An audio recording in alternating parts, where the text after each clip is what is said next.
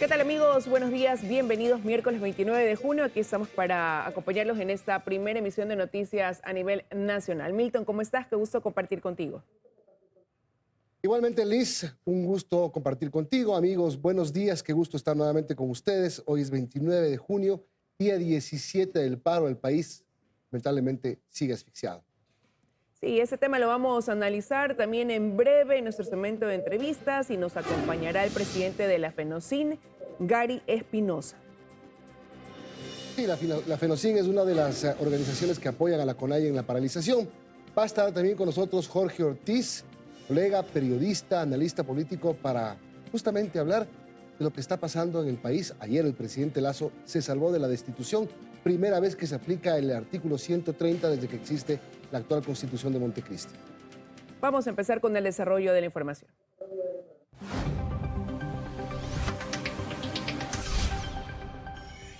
Justamente después de 3 días de sesión virtual, la Asamblea Nacional, y de un récord de intervenciones de 109 asambleístas, el presidente de la República, Guillermo Lasso, se salvó de ser destituido en la Asamblea Nacional. No hubo los votos para aplicar el numeral 2 del artículo 130 de la Constitución de la República, impulsada por el bloque de la Revolución Ciudadana.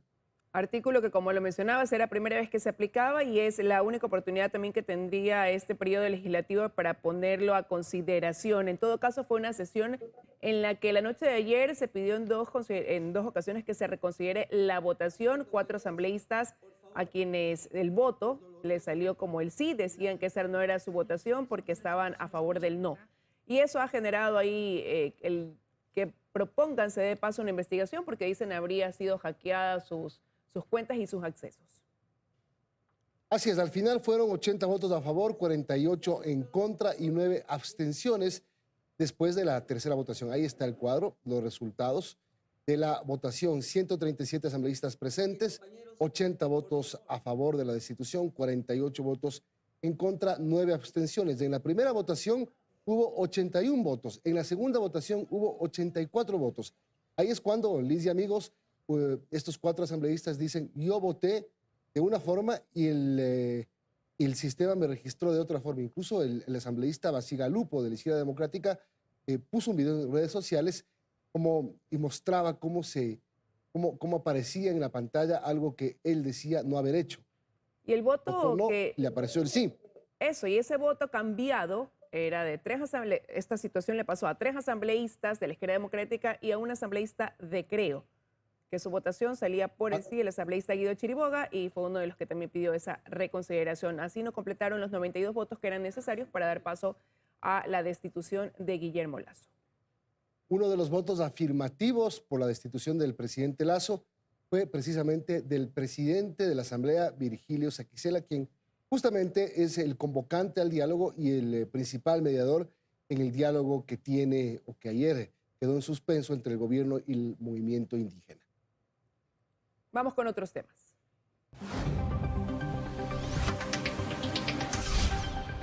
Y estas imágenes corresponden a lo que sucedió la noche de ayer en el sector de Calderón, al norte de Quito, donde un UPC resultó atacado por manifestantes, ha informado el ministro del Interior.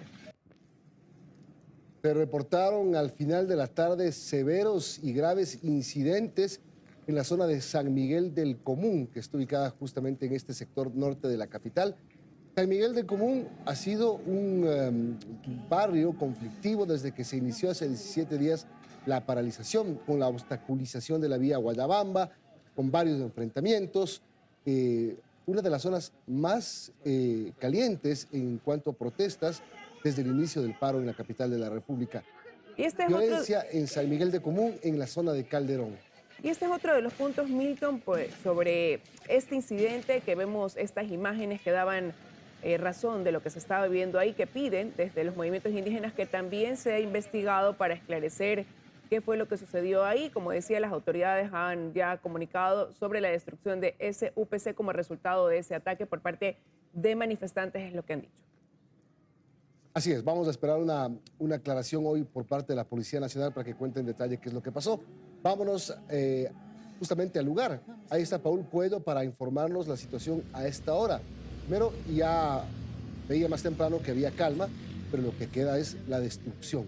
Hola, Paul.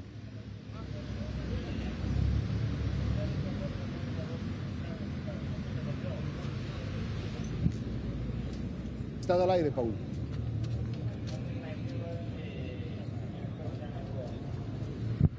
Bueno, Milton Liz, amigos, ¿qué tal? Buenos días. Sí, comentarles que la situación acá en Calderón aparentemente amanece tranquila, pero hace pocos minutos que estábamos informando justamente acá en la unidad policial del puente de Calderón, tocó venir la policía a resguardarnos a los medios de comunicación porque vinieron varios manifestantes a tratar de intimidarnos. De hecho, se encuentran en la parte, la parte de al frente, justamente.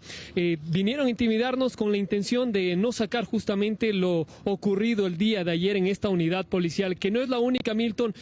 Hay otra unidad policial de acá mismo, de este sector, del sector de Calderón, que también fue incinerada y también fue violentada. Quiero mostrarles, antes de seguir desarrollando la información, cómo se encuentra la unidad policial de acá de Calderón. Totalmente.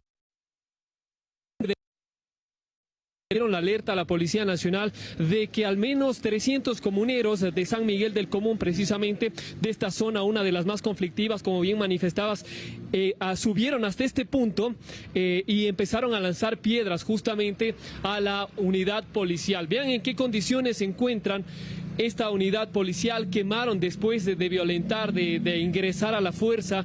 Estas unidades policiales estaban con candado justamente por el tema de la seguridad. Rompieron los candados, ingresaron hacia el interior, quemaron prácticamente.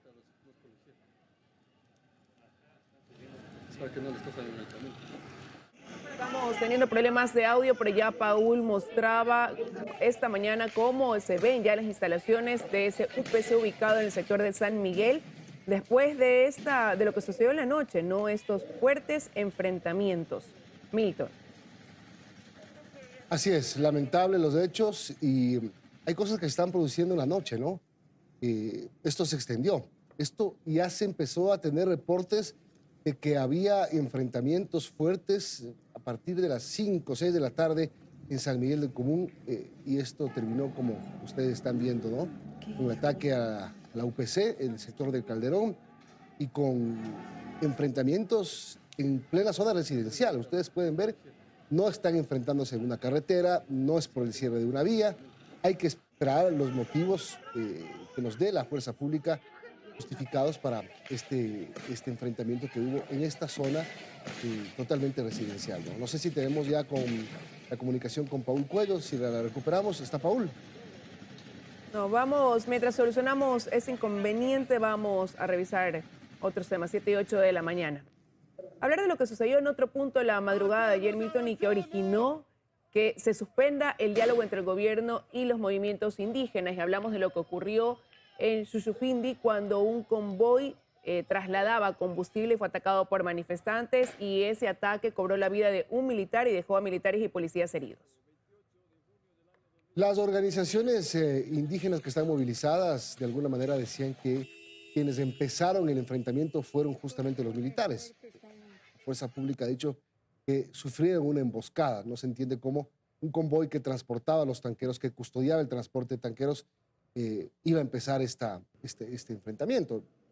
Lo cierto es que hubo un muerto, varios militares y policías heridos, y este fue el motivo por el cual el presidente Guillermo Lasso rompió el diálogo ayer con la CONAIE y dijo que no va a volver a conversar con ellos a menos de que cambien de portavoz, a menos de que Leonidas Diza sea cambiado como el vocero del movimiento. Sí, hablar de quien perdió la vida en ese enfrentamiento. Se trata del sargento José Chimarro, de 44 años, que era oriundo del cantón Cayambe. El uniformado prestaba sus servicios en la Brigada de Fuerzas Especiales número 9 Patria y falleció en este ataque la madrugada de ayer. Así es, fue recibido con honores en La Tacunga. Ustedes ven, sus compañeros, sus amigos, sus familiares lo recibieron para darle cristiana sepultura y despedir a una nueva víctima de este enfrentamiento entre ecuatorianos que lleva ya 17 días. Como ya lo habíamos mencionado, Milton, esto llevó a que ayer, después de las 9 de la mañana que estaba previsto, se instale la segunda reunión entre el gobierno y los movimientos indígenas con representantes de otros poderes del Estado. sean los grandes ausentes los representantes del gobierno, que nunca llegaron y se conoció después que era debido a esta situación y eso llevó a un pronunciamiento del presidente Guillermo Lasso. Fue sobre las 12:45 del día, cuando en la Basílica del Voto Nacional esperaban por la presencia de los ministros, cuando el presidente en cadena nacional anunció esto.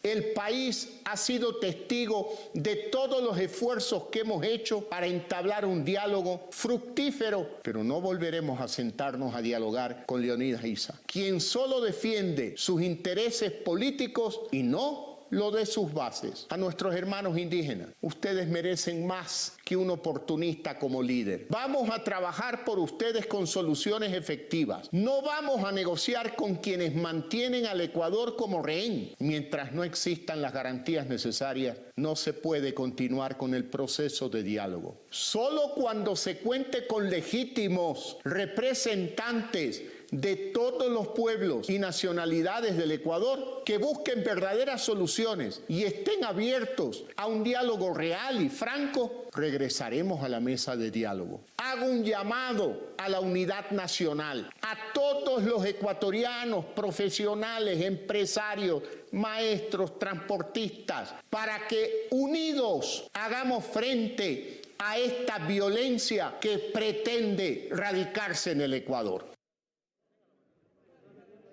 Bueno, ese anuncio del presidente de la República sin duda desconcertó a los movimientos sociales, a los movimientos indígenas, que ahora son quienes piden el diálogo. Ellos fueron a la mesa, ahí está un letrero que pusieron, gobierno ausente, ante la no presencia de los ministros, el ministro de Gobierno Francisco Jiménez, el secretario de la Administración Iván Correa y el secretario jurídico de la presidencia Fabián Pozo, que eran los tres delegados por parte del presidente de la República que no se presentaron ayer. Sin embargo, ustedes ven, estuvieron los mediadores, facilitadores, los dirigentes en esta reunión de un solo lado y luego hicieron anuncios. Pero sí, luego de escuchar ese pronunciamiento y esa postura del gobierno, mantuvieron una reunión ahí en el Colegio Matobelle, que está junto a la Basílica del Voto Nacional, y después de 3 horas de mantener reuniones por separado, porque hay que decirlo, mantuvieron reuniones en salones separados, también dieron su pronunciamiento y más bien convocando a un diálogo, diciendo que estaban a la espera de que el gobierno cambie su posición, revea su posición, y eso sí, pues respaldando también a Leonidas Issa como presidente de la CONAIE para estar frente a estas reuniones. Escuchemos lo que dijo Leonidas Issa. El diálogo no puede ser una imposición ni de un lado ni de otro lado, sin ningún condicionamiento. Pero para aquello necesitamos que se baje de tono de parte a parte. Señor presidente, usted ha dicho que no dialogará con Leonidas Issa. Está muy complejo y muy alejado de la realidad pretender que al quitar una voz de un dirigente, esto va a funcionar. Permitamos, garanticemos lo que está desabasteciendo en las ciudades. Por ello habíamos pedido en las diferentes comunidades, de manera solidaria, traslademos a las ciudades que también nos han acogido con su buen corazón, no lo que sobra, sino la abundancia de su corazón, y han compartido aquí en la ciudad de Quito.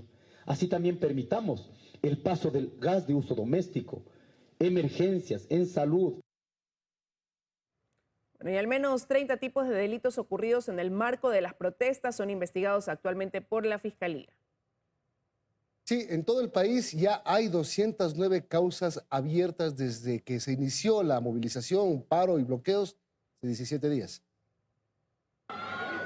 En los 16 días que lleva el país paralizado, la Fiscalía General del Estado ha abierto 290 procesos por delitos que se habrían cometido en el marco de las protestas, de los que 261 están en investigación previa y 29 han pasado ya a la etapa de instrucción fiscal. Los hechos se han registrado principalmente en las provincias de Pichincha, donde se han aperturado 54 causas, y en Pastaza, donde hay 41 procesos iniciados. La provincia que sigue es Chimborazo, con 31 casos. Luego está Cotopaxi con 27, Azuay con 25 y Orellana mañana con 23 procesos abiertos por delitos perpetrados en el contexto de las movilizaciones que comenzaron el 13 de junio pasado. En la larga lista resaltan también Imbabura con 15 causas, Guayas con 13 y Loja y Zamora Chinchipe con 10 denuncias formalizadas. En cuanto al tipo de delito, de los 290 procesos aperturados, 106 son por paralización de un servicio público, 35 por daños al bien ajeno, 25 por ataque o resistencia y otros 25 por robo. Incluso por tenencia y porte de armas durante las manifestaciones hay 18 investigaciones y por secuestro otras 14. Por lesiones hay 9 y por intimidación 8. La Fiscalía también indaga el cometimiento de otros delitos como terrorismo, sabotaje, incumplimiento de decisiones legítimas de autoridad competente y hasta asociación ilícita. En total, 30 tipos de delitos que se habrían cometido en las movilizaciones, calificadas como pacíficas por sus actores. Luisa María Heredia, 24 horas. Bien, son las 7 de la mañana con 16 minutos. Vamos a hacer una pausa. Solo un comentario antes de lo que escuchábamos a Leonidas Issa. Él pide que se desbloquee y se deje pasar el tema de medicinas, oxígeno, alimentos, gas, combustibles. Finalmente, esta madrugada llegó a Cuenca el convoy humanitario que transportaba oxígeno para los hospitales, lo que se convierte en una buena noticia, Milton, porque ayer la preocupación era que algunos hospitales tenían oxígeno máximo hasta este mediodía para abastecer a sus pacientes. Sí, podemos decir que literalmente Cuenca tiene un respiro con esto, ¿no? Estaban a punto, sobre todo el principal hospital público de Cuenca estaba con oxígeno solamente para hoy. Veamos. Llegó la madrugada de este miércoles cerca de la 1:30 de la mañana. Es el convoy que transportaba oxígeno medicinal para los hospitales de Cuenca. 5 camiones con tanques de oxígeno y 3 bombonas lograron superar los bloqueos de la vía Girón Pasaje, que desde hace 17 días está cerrada por las protestas. Nosotros como institución hemos podido dialogar con las personas y hemos pasado tranquilamente. ¿Cuánto tiempo se hicieron de viaje? Bueno, salimos del día de hoy a las 4 de la tarde, si no estoy mal, a la 1:30 de la mañana estamos llegando a la ciudad de Cuenca. La situación era crítica en los hospitales por la falta de este elemento. En el José Carrasco del IES había oxígeno solo hasta las 2 de la mañana de hoy, mientras que en el regional Vicente Corral había hasta el mediodía. Por ello la entrega fue inmediata. Es vital, hay muchas personas que dependen de esto. Me comunicaron del hospital José Carrasco Arteaga que tenían hasta las 2:30 de la mañana oxígeno. Vamos a apresurar ya la entrega directa para las personas que más lo requieren. El corredor humanitario liderado por la Cruz Roja de la SUAY funcionó a la perfección. Es más, otras 15 bombonas de gas licuado de petróleo están en camino. Esta operación se la tenía planificada entre 12 a 15 horas de traslado por el peso que traen los trailers y también por la complejidad para evadir varios obstáculos que están sobre la vía. Sin duda los tiempos de limpieza también son importantes dar a conocer. La limpieza no es inmediata, había tramos donde la cantidad o volumen de material era superior a otros y eso tomó su tiempo. Con este abastecimiento de gas se espera que en el transcurso del día se comience con la distribución. En Cuenca, Iván Rodríguez, 24 horas.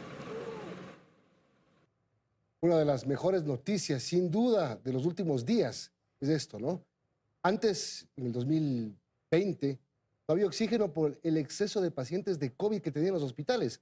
Hoy no hay oxígeno por el paro.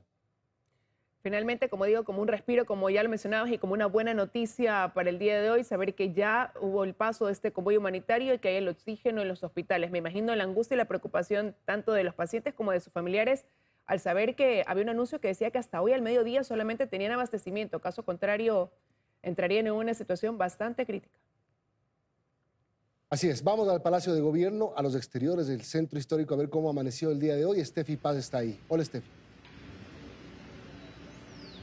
¿Qué tal, Milton, Liz, amigos televidentes? Muy buenos días. Así es. Bueno, les cuento que el ambiente aquí en el Centro Histórico de Quito, específicamente en los alrededores del Palacio de Carondelet, aquí en la Plaza de la Independencia, es bastante tranquilo a esta hora. Se está permitiendo el paso normal de los civiles sin ningún inconveniente. Incluso los vehículos están circulando con total normalidad en los alrededores de la Plaza Grande.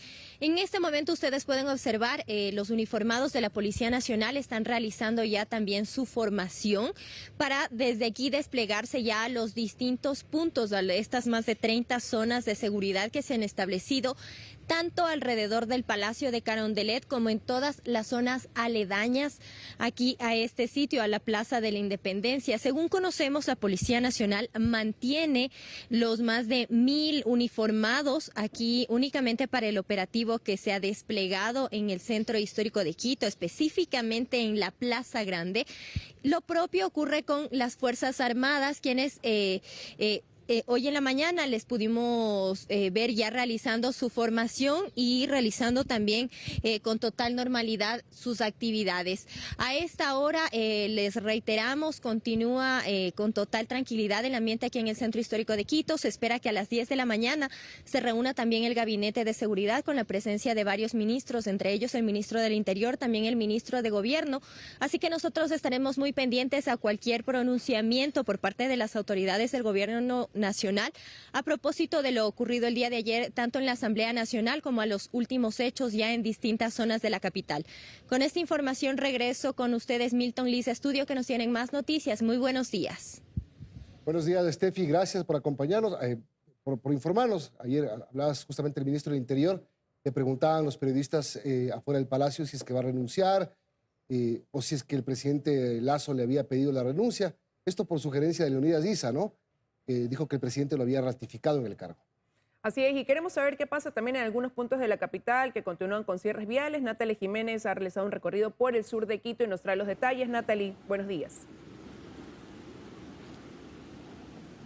Buenos días, Liz, Milton, así es, en estos momentos estamos en la curva de Santa Rosa, en el sur de Quito. Nosotros realizamos un recorrido por toda la avenida Simón Bolívar y el panorama ha sido tranquilo. No hay cierres de viales, hay total circulación. Lo que sí vemos son los restos de lo que fueron las manifestaciones la semana pasada. Recordemos que este fue uno de los puntos más conflictivos porque aquí miembros de los gremios del transporte pesado cerraron totalmente esta vía. Ellos decían que no estaban con la CONAIE, sino que ellos tenían sus propias demandas. Al otro lado de la vía también podemos observar un poco de los restos de lo que ha sido la quema de llantas, la quema de árboles, y de aquí a 1 kilómetro aproximadamente igual se ve un árbol que había sido quemado aparentemente la noche de ayer, pero ya está habilitada la vía. Como les comentamos, no hay presencia de manifestantes, está totalmente habilitada esta vía que conecta a la ciudad con el Cantón Mejía y con las provincias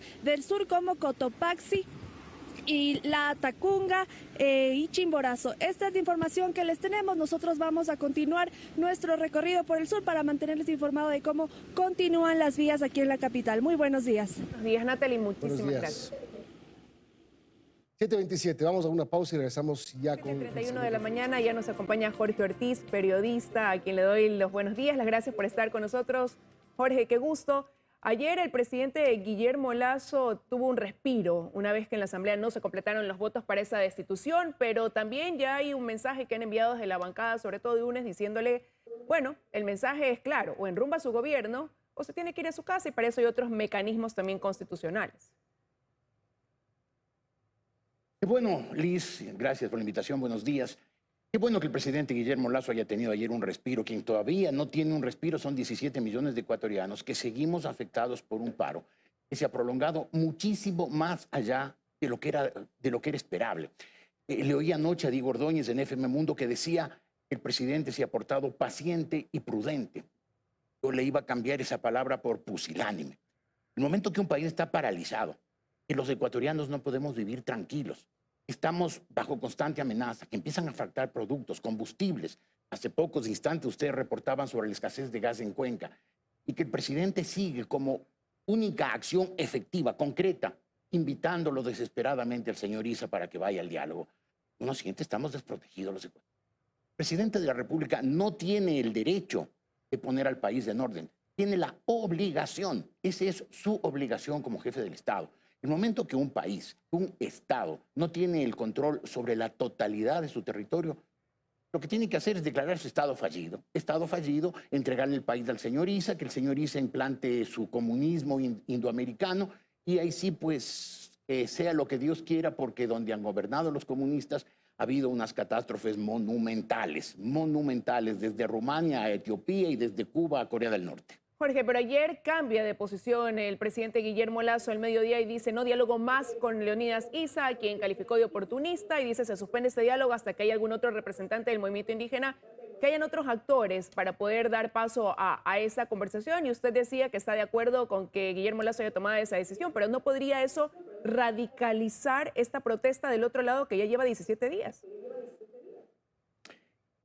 ¿Para qué le ha servido 17 días de suplicarle? Porque ha llegado casi a un punto suplicante, mendicante, pedir al señor Issa que vaya a dialogar de buena fe.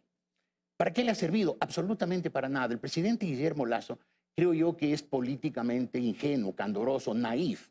Lo ha demostrado en 13 meses. Yo tengo mucho que elogiar a este gobierno. Creo que el saldo del primer año es, en términos generales, relativos, aceptable, positivo. Primero la vacunación, muy exitosa. Después la estabilización de la economía del país, las cuentas fiscales empiezan a estar en orden. Y en tercer lugar, la baja de las tensiones. Este no es un país encrespado, erizado, como lo fue durante todos los años del correísmo. Es un país que se pacificó. Hay mucho que rescatar de este gobierno. Sin embargo, el manejo político, la gestión política del gobierno no es mala, no es malísima, es francamente pésima. Y el presidente no logra darse cuenta cuáles son los componentes de una sociedad. Y sigue manejándolo como que fuera una empresa, en que basta con poner en orden las cuentas fiscales, tener los balances muy bien equilibraditos y que lo demás viene por añadidura. Ese es un defecto en el que suelen caer los empresarios, que creen que gobernar es manejar ordenadamente las cifras como lo manejan en sus empresas. Y no es así. El Estado es mucho más complejo. El presidente Lasso tiene 13 meses en el cargo y todavía no se da cuenta y su gestión política sigue siendo malísima. Y ese es el problema, Jorge, porque le pasa esto empezado el primer año, terminado el primer año. Le quedan 3. ¿Cómo queda el gobierno? A Moreno le pasó esto en el último año y cuando otra vez le iba a pasar el tema social, vino la pandemia y se acabó el gobierno. Ajá. Terminó. A Lasso le quedan 3 años. ¿Cómo queda después de esto si es que lo supera? Yo creo que queda golpeadísimo. El gobierno se lo ve débil porque se nota que es un gobierno que no tiene la capacidad de controlar el territorio, que permite que durante 17 días unas turbas, porque son turbas, no me refiero al pueblo indígena, muchos de los indígenas están luchando por sus reivindicaciones necesarias, pero muchas otras son turbas armadas, organizadas, entrenadas, financiadas entre Issa y el correísmo. El presidente de la República ha demostrado que no logra mantener la calma en el país y que le faltan recursos, que le falta creatividad. Pasarse 17 días suplicándole al señor Issa que entre que se siente a negociar. Buscar, como buscó ayer, esos intermediarios. ¿No sabía el presidente Lasso quiénes eran esos intermediarios? ¿Qué han hecho? ¿Cuáles son los antecedentes de esas organizaciones de derechos humanos que nunca han defendido los derechos humanos, sino que siempre han promovido las izquierdas inhumanas? No, y algo más. El presidente de la Asamblea, Virgilio Saquicela, que es el promotor de este diálogo, que es el organizador de la mesa, vota por la destitución de Lasso. O sea, Saquicela quería que se siente en la mesa Borrero. Claro, allá el presidente Moreno, en octubre del 19, le tendieron una emboscada, con la complicidad, sin duda, de que en ese momento era el representante en el Ecuador de las Naciones Unidas. Anoche también le estaban teniendo una emboscada. El presidente no se dio cuenta y acepta esas mediaciones o intermediaciones. El presidente de la República debería conocer mejor quién es el país, entender que la prudencia y la paciencia, que son las expresiones, insisto, que dijo ayer Diego Ordóñez, están bien no cuando un país está paralizado, están bien en una situación normal, de un país tranquilo, de un país que funciona, en que la gente trabaja, se moviliza, produce. El momento que un país está convulsionado, 17 días en ascuas, la prudencia y la paciencia terminan siendo una actitud de pusilánime. Y el presidente Lasso no puede seguir en esa vía. Tú lo decías muy bien, Milton. Moreno tuvo este problema cuando se terminaba su gobierno. Lasso cuando prácticamente está empezando. En el próximo paro está caído. ¿Y sabes cuándo van a organizar el próximo paro los señores de Issa y compañía? Pasado mañana. Al día siguiente de que termine el paro. ¿Cómo hicieron? No sabía el presidente Lasso que estaban organizando un paro. Lo sabíamos todos, lo comentábamos todos. Issa está esperando el pretexto para ir al paro. Y Correa está preparando para que en la asamblea, con el pretexto del paro, destituirlo. ¿No lo sabía el señor Lasso? Y si lo sabía, ¿por qué no hizo nada, de nada, de nada? Ahora, Jorge, pero desde el movimiento indígena ahora más bien escuchábamos ayer que ellos hacen un llamado a este diálogo que se van a mantener en una vigilia. 17 días de paro. ¿Cuál es la salida entonces ahora que tiene el presidente Lasso? ¿Qué debe hacer para sostener esta postura de firmeza que mostró ayer al mediodía? Fue una postura de firmeza. Creo yo que el país ya necesitaba ver al presidente tomando decisiones claras.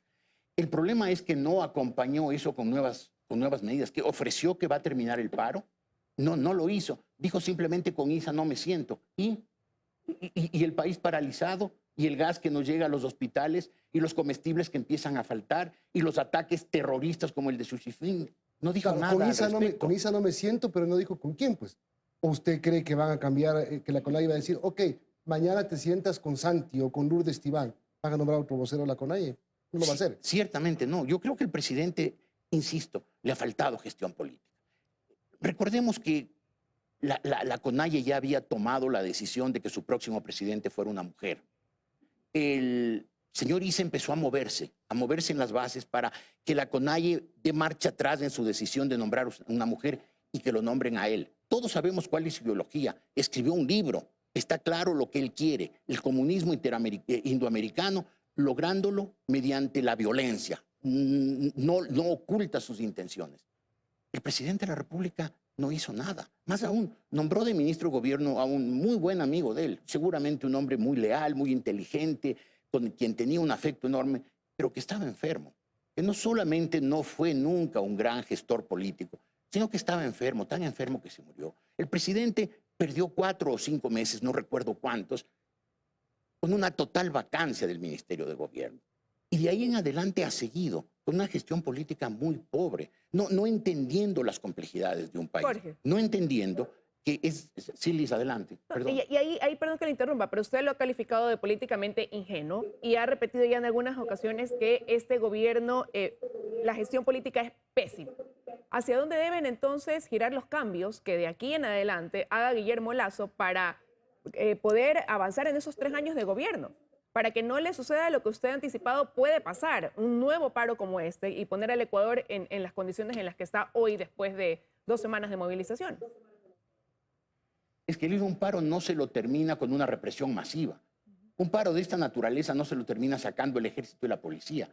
Un paro de esta naturaleza se lo termina haciendo acciones concretas antes de que empiece.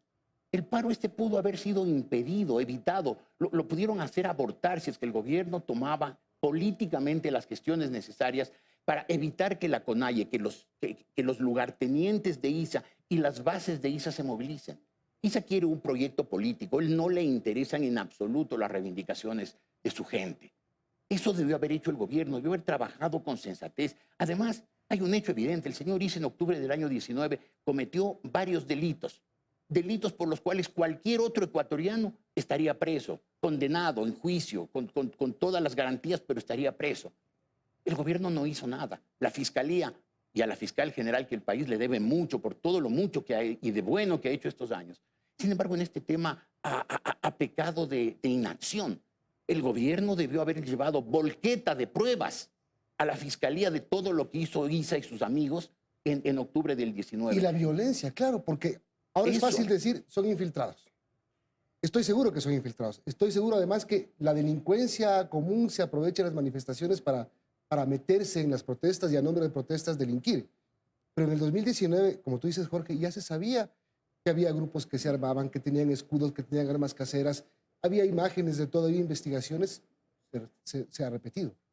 3 años que esos grupos han crecido, se han entrenado. Todo eso lo sabíamos, Milton. El gobierno no lo sabía. ¿Qué hizo para impedirlo? Hay demasiados hechos en los cuales uno nota por parte del gobierno una falta de acción política. Yo creo que el gobierno merece ser elogiado por muchas cosas que ha logrado. La vacunación primero, el ordenamiento de la economía y el mejoramiento del clima social. El país está hoy, o estuvo el primer año, sin las tensiones, no tan erizado, no tan enfrentado como estuvo durante el correísmo. Pero Pero políticamente, ¿qué hizo el presidente? Digamos que hoy se acaba el paro. Mañana, ¿qué tiene que hacer Lazo? Dos cosas que tiene que hacer de inmediato cuando el país se pacifique. Lo primero, ponerse a trabajar muy seriamente. ¿Con los mismos que tiene al lado? No, me refiero al mejoramiento de las condiciones de vida de los pueblos marginados de este país. Es evidente que los indígenas han estado postergados demasiados años y que este gobierno y todos los próximos deben considerar su prioridad número uno atender a esas poblaciones. Pero además tiene que manejarse políticamente. Por eso digo, cuando dije con los mismos que tiene al lado, me refiero a sus ministros. ¿Tendría que cambiar gabinete o no? Probablemente sí, no lo sé. ¿El problema es con quién? Ese es un problema del señor Lazo. Pero si uno quiere ser presidente de la República y hace 3 campañas electorales, lo primero que tiene que pensar es, a ver, si a mí me eligen mañana, ¿a quién voy a poner de ministro de gobierno? ¿Quiénes van a ser mis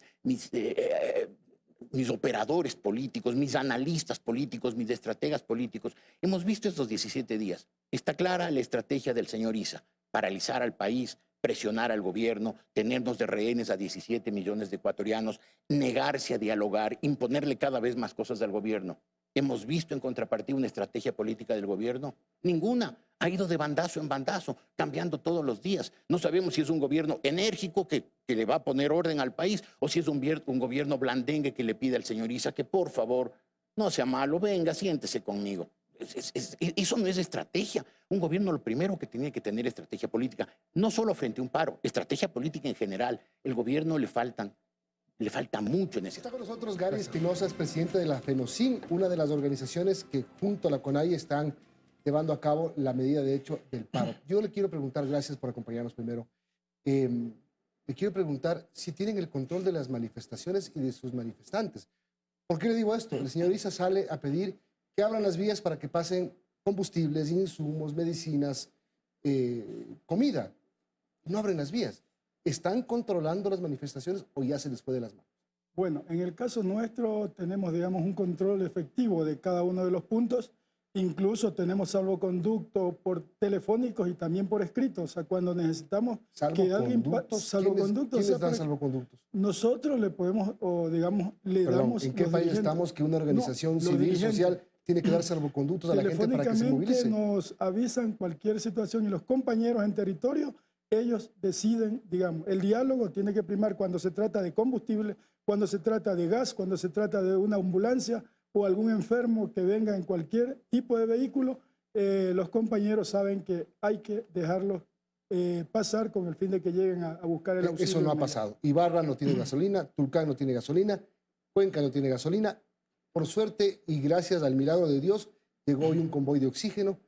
Ni ustedes pueden garantizar el paso de los insumos básicos para que el país no se muera de hambre ni se asfixie, ni el gobierno puede hacerlo. Incluso se decidió, digamos, pasar, digamos, alimentación para que entre a la ciudad capital en la medida de lo posible. Y nuestros propios compañeros han traído, digamos, alimentos. Del caso de Ibarra, justamente el que usted menciona, un convoy de alimentos que se entregó, digamos, aquí en la capital de la República, no a los manifestantes, sino a los sectores populares que justamente necesitan de este tipo de alimentos que no están, digamos, en el mercado. Es decir, que buscamos humanizar, digamos, esta protesta social con el fin de que no la vean la gente, no la satanice, porque se trata de una propuesta que venimos exigiendo a este gobierno desde septiembre y a todos los gobiernos, 42 años de vida democrática que no han atendido los problemas de nosotros. Eso es otra cosa, sí, please. Señor Espinosa, buenos días, con todo el respeto, pero ¿por qué sienten ustedes que el derecho que tienen de elevar esa protesta se antepone a ese derecho que tienen personas de recibir ese oxígeno, de estar abastecidos de combustible, de estar abastecidos de víveres, porque no se ha dado? Al punto que usted aquí dice, damos un salvoconducto. ¿Con qué derecho, le digo, entran en esta situación de decidir qué pasa y qué no pasa? Porque estamos en la manifestación y justamente este tipo de cosas para llegar a un diálogo, digamos, a la gente que quiere trasladar, digamos, este tipo de insumos que necesita, digamos, la población ecuatoriana, con que le dejen pasar, pues ese es el acuerdo que hemos llegado entre los compañeros manifestantes en las diferentes comunidades.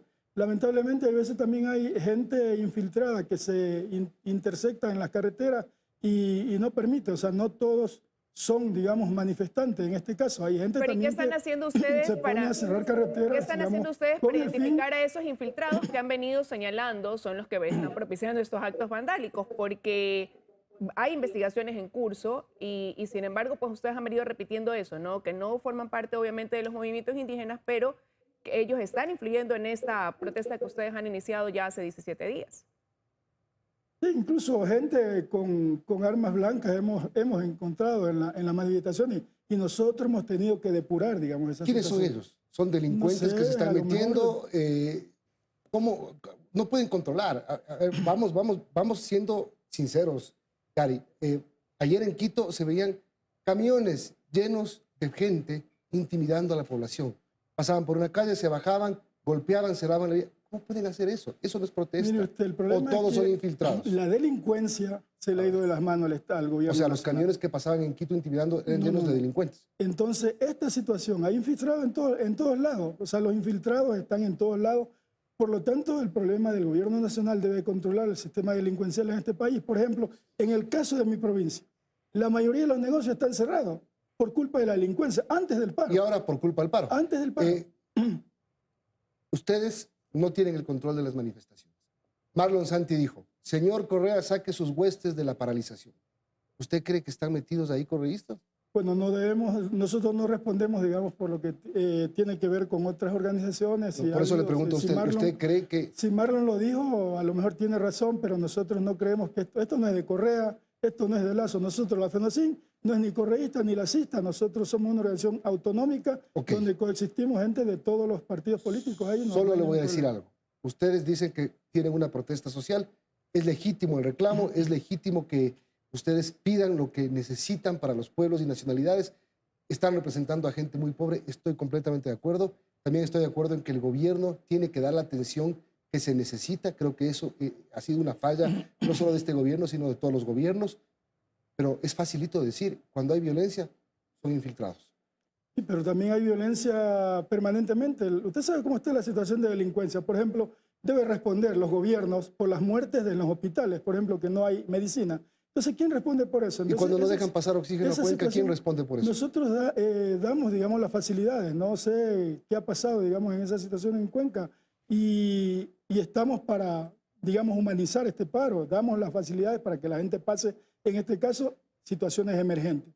Pero el gobierno nacional debe ser sensible en atender las necesidades de la gente, por lo menos que se inaugure en este país la situación de la justicia. Imagínese usted, el litro de aceite $7, el litro de aceite de popular ya $4. Sin embargo, usted sabe que los cultivos de palma, más de 100.000 hectáreas se están muriendo en el caso de Esmeralda, Quinindé, San Lorenzo, y no atacan el problema. Hay un ministro de Agricultura que está, digamos, pintado en la pared, un ministerio que no cumple su papel. Entonces, esos son los temas que debemos de abordar. Es decir, la situación de pobreza, que estamos 50% de pobreza en el Ecuador, en el área rural, 27% de pobreza Señor extrema. Espinosa. Esos son los temas que debemos de ver, porque no podemos seguir en Señor Espinosa, este pero país con ese tipo de no injusticia. se contradice lo que usted acaba de señalar con lo que está pasando. 500 millones, más de 500 millones en pérdidas en el país, personas que se van a quedar sin trabajo, por ejemplo, los que se dedican a esta actividad de cultivar, de estar relacionado con la actividad de nuestras flores, que hoy eso de ahí tiene unas pérdidas millonarias diariamente porque no se pueden exportar y han anunciado cierres de plazas de trabajo. Ustedes dicen, se necesita más presupuesto para la educación y la salud, sí, pero por otro lado, ese presupuesto que pudiera ir dirigido a eso, va ahora a un subsidio de los combustibles. Es mayor el presupuesto para poder resolver ese pedido que, por ejemplo, para destinarlo a la salud. No hay falta de congruencia en esos pedidos. Mire, deben de convencernos, deben de aclararnos. Esto de los subsidios de los combustibles, digamos, es ineficiencia de las autoridades de Petroecuador. Mire, que ya estaba el paquete de subida nuevamente del precio de la gasolina super, que la iban a cambiar de nombre a gasolina premium, ¿no? Y la gasolina extra la iban a subir de 82 a 89 octanos. Que este octanaje, estos 7 octanos, son parte de que ellos nos prometieron mejorar la calidad de la gasolina extra y hasta ahora lo hacen. Sin embargo, ya está el paquete para subir el precio de la gasolina. El gobierno nacional lo elegimos para que tenga unas empresas eficientes. Por ejemplo, la refinería de Esmeralda, 110.000 barriles tiene que procesar. Sin embargo, está a menos de 70.000. Igual la refinería Amazonas, la refinería de La Libertad están trabajando a su mediana capacidad. Entonces, ahí está, digamos, el problema que tiene que el Ecuador buscar eficiencia en la cuestión de la producción de combustibles en la refinería y no fomentar la corrupción en esas empresas. Señor No Espinosa, puede ser que en el Ecuador... y usted dice, deben convencernos, pero ¿y ahora quién los va a convencer? Porque el diálogo ha quedado suspendido. ¿Qué van a hacer? Porque ya también ayer el presidente Guillermo Lasso dijo que no iba a conversar, ni iba a retomar ese diálogo mientras esté delante del mismo por el lado del movimiento indígena el señor Leonidas Issa. Me parece un absurdo de parte del presidente de la República, porque las organizaciones son autonómicas, ellos eligen. Nosotros, nuestras organizaciones, elegimos nuestros representantes y no pueden, digamos, vetarnos nuestra representación. Nosotros, como que nos diga el presidente, va el ministro de gobierno, decimos no nos queremos reunir con el ministro de gobierno. Pero si ustedes, piden que le voten al ministro del Interior, pues es más o menos lo mismo. Nosotros, ¿qué sacamos con cambiar de un ministro por otro? ¿Para qué piden? Pues, Sin embargo, sí pedimos que estén gente eficiente, gente que realmente... El presidente también tiene el derecho a pedir, negociar con alguien a quien considere una persona para sentarse a negociar. El ministro del Interior, encargado de la seguridad, Esmeraldas paralizado, 50% de los negocios cerrados. Es una situación lamentable, con 850 militares. Lo que le pregunto es, ¿ustedes por qué sí pueden decir al presidente qué ministro tener y no? Y el presidente, ¿por qué no puede decir con quién habla y con quién no? Nosotros no hemos dicho del asunto del ministro, hemos hablado del ministro de Agricultura y el Ministerio de Agricultura, que debe reestructurarse porque ese ministerio es un elefante blanco. Son tres organizaciones. La CONAIE, que está al frente de la movilización, y hay dos organizaciones más que la respaldan, que son la FEINE y la FENOCIN. Usted representa a la FENOCIN. ¿Están contentos con Issa como su vocero? Nosotros no podemos responder, digamos, por la CONAIE. Pero están ¿Ustedes quieren? Issa es representante de la CONAIE. Nosotros estamos, las tres organizaciones y los voceros somos, en el caso de la FENOCIN, Gary Espinosa, caso de la FEINE, el compañero Eustaquio Toala, y Issa responde a la CONAIE. Pero ustedes no pueden avanzar. De manera que eso es un problema. No pueden avanzar porque el gobierno no quiere hablar con Issa. Pero digamos, una decisión autonómica de la CONAIE que nosotros respetaremos la decisión que ellos toman. Nosotros estamos en unidad y debemos respetar y usted fortalecer no le puede decir, la unidad. No tiene ganas de decirle a la CONAIE, destrabemos, cambiemos de vocero. ¿No tiene ganas de hacerlo? Bueno, ellos deben de reflexionar internamente y tomar la decisión más adecuada para este tema. Pero el compañero Issa es el presidente de la CONAIE, ¿no? Entonces nosotros no podemos decir que está bien o está mal porque él es el presidente. Pero tampoco pueden avanzar. ¿Ustedes quieren que se arregle el paro? Y la CONAIE tiene que... ¿Quieren dialogar con el gobierno? Nosotros queremos que el gobierno resuelva nuestros problemas, resuelva los 10 puntos que hemos planteado, que estábamos bastante avanzados.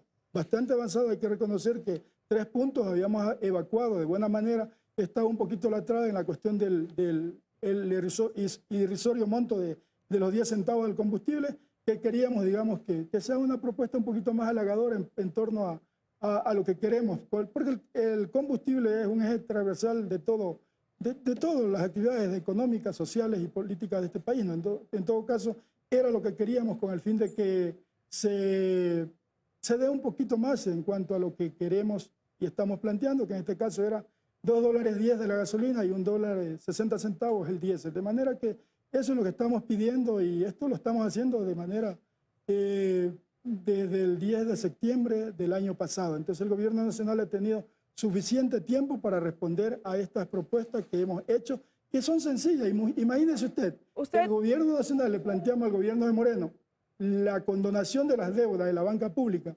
El gobierno del presidente Lasso tuvo la sensibilidad de enviar la ley a la Asamblea Nacional, aprobó la ley de condonación hasta $10.000 de la banca pública y ahora no le da la gana de emitir el decreto para que la gente se beneficie de esa ley, ¿no? Entonces el señor presidente dice solo 3.000 cuando la ley dice 10.000. ¿Qué hay allí? Una violación a la ley, o sea, una situación de desacato de una ley de la Asamblea Nacional. Por eso es que le pedimos al presidente Lasso sensibilidad para que cumpla con esta situación. Usted acaba de decir, han cedido en 3 puntos en un día de diálogo prácticamente que tuvieron, reconocieron a través de un comunicado que ya habían también acuerdos en 5 puntos, es decir, van 8. ¿Por qué no están ustedes también dispuestos a ser más flexibles y ceder? Ahora lo que el gobierno dice es, se suspendió ese diálogo, han entrado otra vez en un punto muerto. Ustedes están esperando que ellos cambien de posición, ellos se van a mantener firmes. ¿No piensan ustedes quizás de cambiar entonces el frente que lidere ese diálogo por parte de los movimientos indígenas? ¿No cabe esa posibilidad? Bueno, el gobierno ha dicho que no quieren dialogar con el compañero Leonidas Issa, pero eso depende de los compañeros de la CONAIE, pero para mí Leonidas Issa es el representante de la CONAIE y es con él. Pero mientras no pase eso, mientras se mantenga Leonidas Issa al frente, han dicho que no va a haber nuevamente diálogo y eso entonces sería mantenerse, como le digo, en un punto muerto. como nosotros hemos pedido la salida del ministro de Agricultura. Estamos pidiendo que salga y que se estabilice, que se ponga un hombre o una mujer que realmente esté vinculado y esté sintonizado con las políticas públicas agropecuarias, porque la situación agropecuaria del país debe convertirse en un motor del desarrollo. Nosotros, el hecho de que si lo sacan o no lo sacan, eso no es un problema para nosotros. Sin embargo, ese ministro no está cumpliendo, porque además responde al sector exportador de bananos. O sea, parece ser un empleado del señor Álvaro Noboa. Tenemos que terminar, Gary. ¿Por qué ustedes no proponen algo, quizás?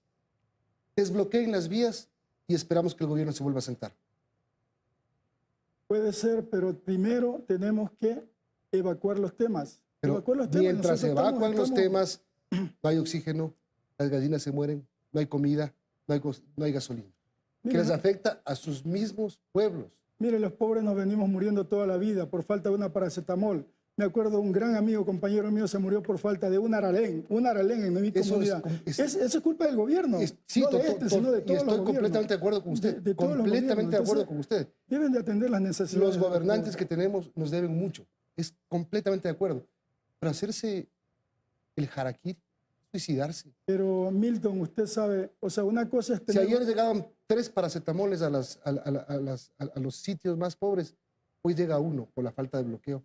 Ustedes lo están provocando. Pero usted sabe cómo estamos en la situación. Una cosa es hablar desde la gente que tiene un sueldo, pero hablar desde la gente que no tiene un ingreso permanente, vivir de la agricultura, que cuando produce su cebolla blanca le pagan 20 centavos por un atado y el comerciante de ahí saca 2 atados y lo vende a $1.50 cada uno. Entonces, esas situaciones que debe controlar el Estado. Para eso es el Estado ecuatoriano, regular, hacer el seguimiento y buscar la justicia social que necesitamos todos, ¿no? Ojalá llegue la justicia social. Gracias, Gary, por acompañarnos. A usted, ojalá se acabe el paro. Ojalá puedan desbloquear las vías. Muy amable, gracias por la oportunidad. Tenemos que terminar, amigos. Gracias por acompañarnos, Liz. Qué gusto compartir contigo. Nos vemos más tarde. Nos vemos luego. Ya vienen las noticias de la comunidad. Buen día.